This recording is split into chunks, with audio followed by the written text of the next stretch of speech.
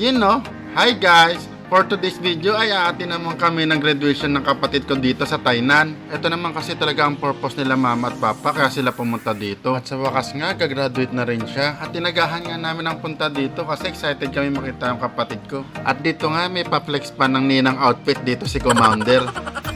At dito nga naisipan namin bilhan ng regalo si Negi. Ay, Este Angel pala. Maputi yarn. Hilig ko rin kasi talaga magbansag ng mga pangalan. Yung isa kang kapatid ko, tinawag kong puti. Hindi naman kasi siya straight, bilog siya. Pero okay na rin yun. Meron ka ng kuya, may ate ka pa. O diba? 2 in 1. Ano yan? Kape yarn? At mabalik nga tayo. Dito nga, namimili pa rin kami ng bibigay kay Angel. Ang dami kasing gustong bilhin ni mama. Wala naman kaming pera. At dito nga, bibili na namin yung Stitch kasi gustong gusto ni Angel ng mga Stitch. At dito nga, minadaanan kami ng community service. At sabi nga ng kapatid ko, kasama daw sa academics daw nila yan. Nako, kung sa atin yan, puro reklamo na yan.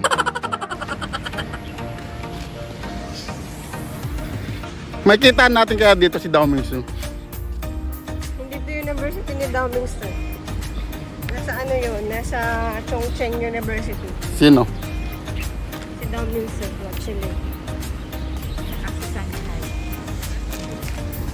At dito nga pumasok na kami sa AVR nila at mag-uumpisa na raw kasi ang ceremony. Baka naman daw mawalan kami ng upuan kapag hindi pa kami pumasok. At marami daw kasing darating ng mga bisita. Malamang hindi lang naman kasi siya ang gagraduate.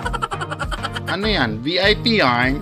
In fairness medyo malaki din yung AVR nila Ano masabi mo, graduate na anak mo?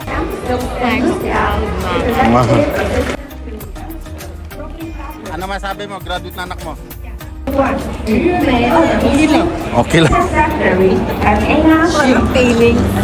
At dito nga dumating din yung mga kaibigan nila mama na nagtatrabaho din dito sa Taiwan. At medyo malayo din ang pinanggalingan nila kaya medyo na-late din sila. Pero syempre, okay lang yun. Hindi naman kasi sila ang gagraduate. Pero makwento ko lang, itong mga kaibigan ni mama hindi na rin bago sa amin. Kasi mga bata pa lang sila na rin talaga magkakasama. Kaya turingan nila parang magkakapatid na rin. Kaya parang mga tiyahin na rin talaga namin sila. At hindi lang sila, pati si papa at ang mga asawa nila magkakaibigan din. Pero mabalik tayo. Alam niyo bang kapatid ko to nakapakatapang para lang mag-aral dito sa ibang bansa. At hindi rin biro ang pinagdaanan niya makapagtapos lang ng pag-aaral. At dito nga nagwo-working student siya para may budget din siya pang gastos araw-araw. At syempre pang-tuition na rin pang bayad sa matrikula. Kaya sa mga working student, saludo sa inyo. Hindi hadlang ang kahirapan makapagtapos na ng pag-aaral. At mabalik nga tayo dito sa graduation ng kapatid ko. At dito nga malapit na pala matapos ang ceremony ng graduation nila. Hindi pala siya katulad ng graduation natin sa Pilipinas.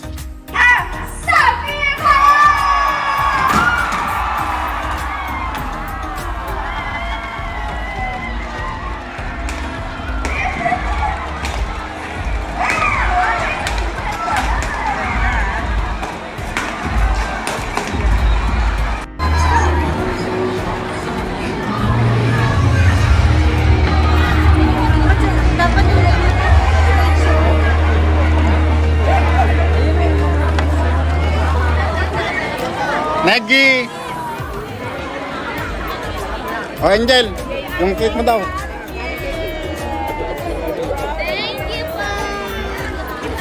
At syempre, after ceremony, di mawawala ang kainan. At pag may kainan, syempre, hindi tayo papahuli dyan. At dito nga, dumating din yung kapatid kong si Kote. Hindi ko lang na-videohan.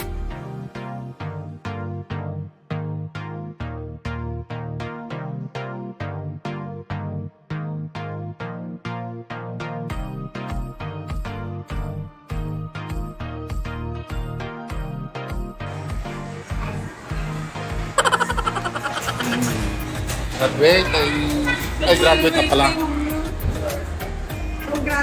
At dito nga pagtapos namin kumain, umuwi na kami kasi mahaba-haba din yung babiyahihin namin. At buti na lang may dalang sasakyan yung mga kaibigan ni mama. At medyo nakatipid nga tayo sa part na yan. Hindi naman ako kuripot pero mahal lang talaga ang pamasahe. O paano, sa susunod na video na lang ulit. Bye-bye!